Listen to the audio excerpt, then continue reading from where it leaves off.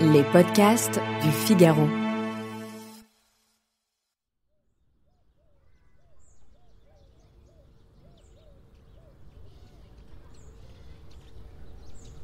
À Cagnac-les-Mines, la maison Jubillard ne passe pas inaperçue.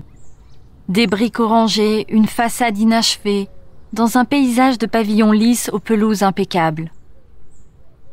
Le couple rêve d'un foyer à lui, paisible, loin des déchirures de leur enfance. Mais si Delphine fait son possible pour y arriver, Cédric a déjà renoncé depuis longtemps. Enquête ouverte pour enlèvement et séquestration. Delphine Jubillard. Delphine Jubillard. La gendarmerie du Tarn a lancé hier soir un appel à la mobilisation. Delphine Jubillard. Toujours aucune trace de l'infirmière de 33 ans. Demain, donc, une battue est organisée. Il y a des gens qui arrivent de partout, de Paris, de partout, et ils viennent. Delphine Jubillard. Une disparition qui ne saurait être considérée comme volontaire. Delphine Jubillard. Qu'est-ce qui a pu t'arriver cette nuit-là ? Cédric Jubillard va être jugé. Non, elle m'a dit, donc j'ai pété les plombs, je m'en suis débarrassé. Cherchez dans Cagnac, je sais pas ce que vous allez chercher. On a été 5000. Monsieur Jubillard, avec son avocat, conteste. C'est une enquête qui a été menée avec le préalable que Cédric Jubillard était certainement le coupable. L'enquête dans la disparition de Delphine Jubillard se poursuit.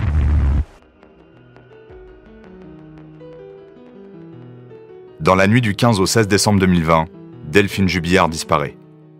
4 ans plus tard, toute la France connaît son visage, mais son corps, lui, reste introuvable. Pas de corps, pas de témoins, pas de scène de crime. Épisode 3. La face cachée du couple Jubillard.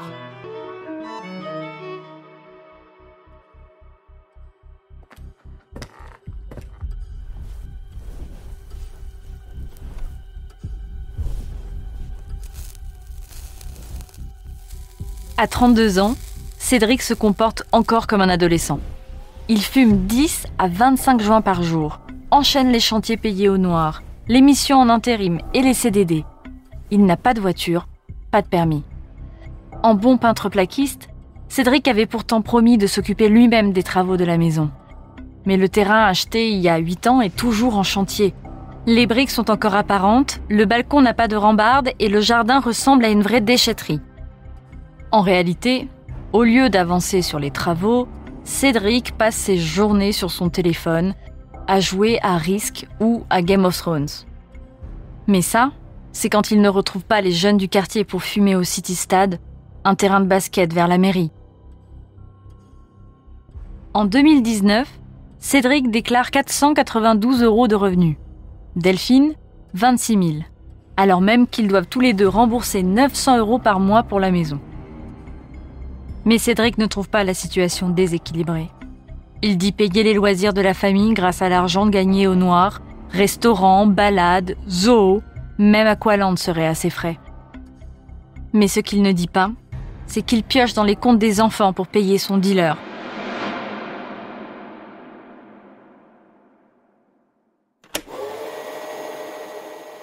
Ça a été un problème par rapport au travail, parce qu'il bossait pas. Yannick, ancien patron de Cédric Jubillard, au micro de TF1.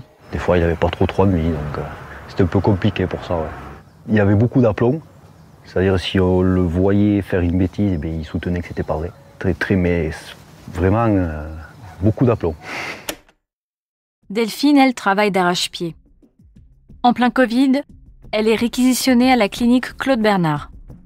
Elle travaille de nuit et pendant ses RTT.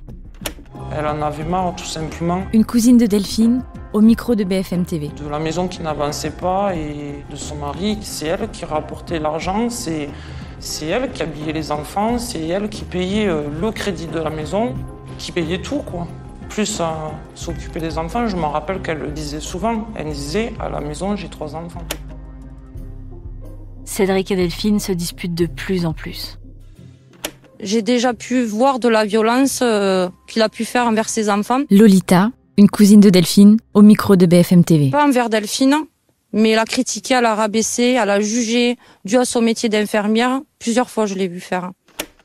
Leur fils, Louis, 6 ans, les voit se disputer. Et en fait parfois les frais. Cédric s'en défend. Oui, il a déjà tiré l'oreille de son fils.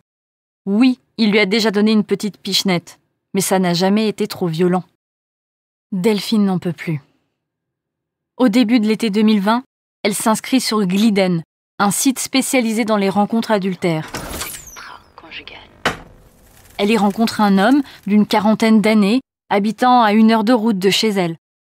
Le 21 juillet 2020, ils se voient pour la première fois au lac de Salvagnac, à mi-chemin entre leurs 2 domiciles.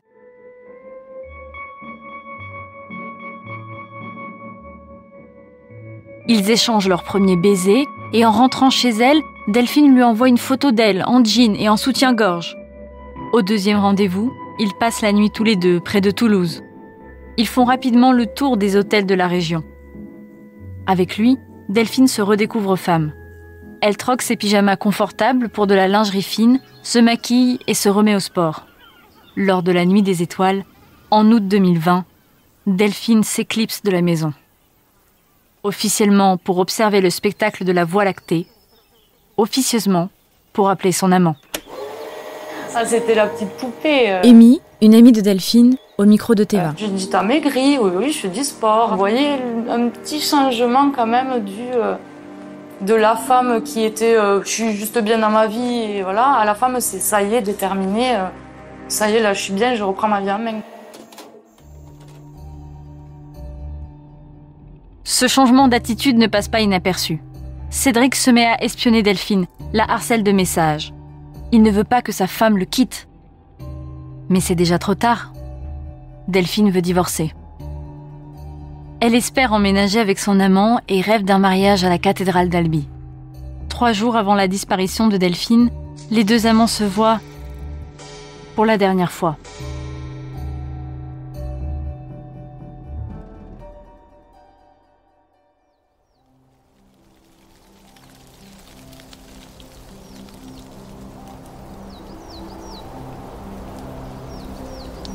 Le 15 décembre 2020, le jour de sa disparition, Delphine achète quelques cadeaux de Noël et va à la banque pour demander la fermeture du compte commun. Elle ne veut plus que Cédric utilise son argent. Puis elle passe la soirée avec ses enfants devant l'émission La France a un incroyable talent.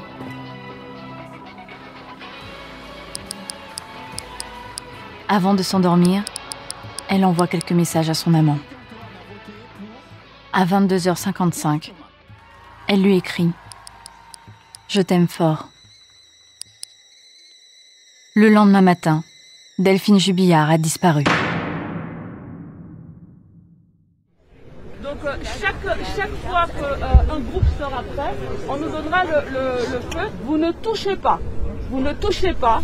Vous appelez le téléphone, vous m'appelez directement. Une semaine après la disparition de Delphine Jubillard, cette mère de famille de 33 ans qui s'est volatilisée en pleine nuit. L'objectif de la battue, explorer chaque recoin, ne laisser passer aucun indice. Ils ont répondu en nombre à l'appel de la gendarmerie. On est un petit village encore, on est un village rural, donc tout le monde se connaît. Qu'on puisse retrouver Delphine pour ses enfants, c'est bientôt Noël quoi. Toujours en France, les autorités ont annoncé cette semaine la mise en examen du compagnon de Delphine Jubillard.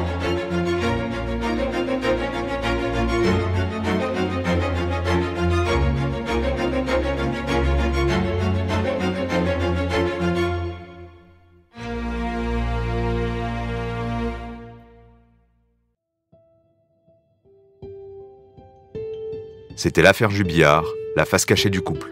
Un récit adapté d'une enquête de Margot Dademar et Esther Paolini.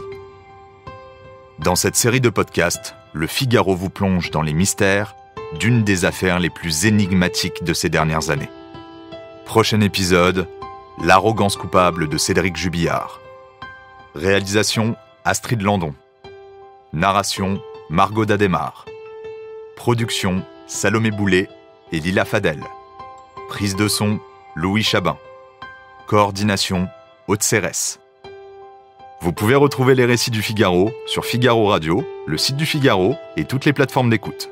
Si cet épisode vous a plu, n'hésitez pas à vous abonner et à donner votre avis. À bientôt.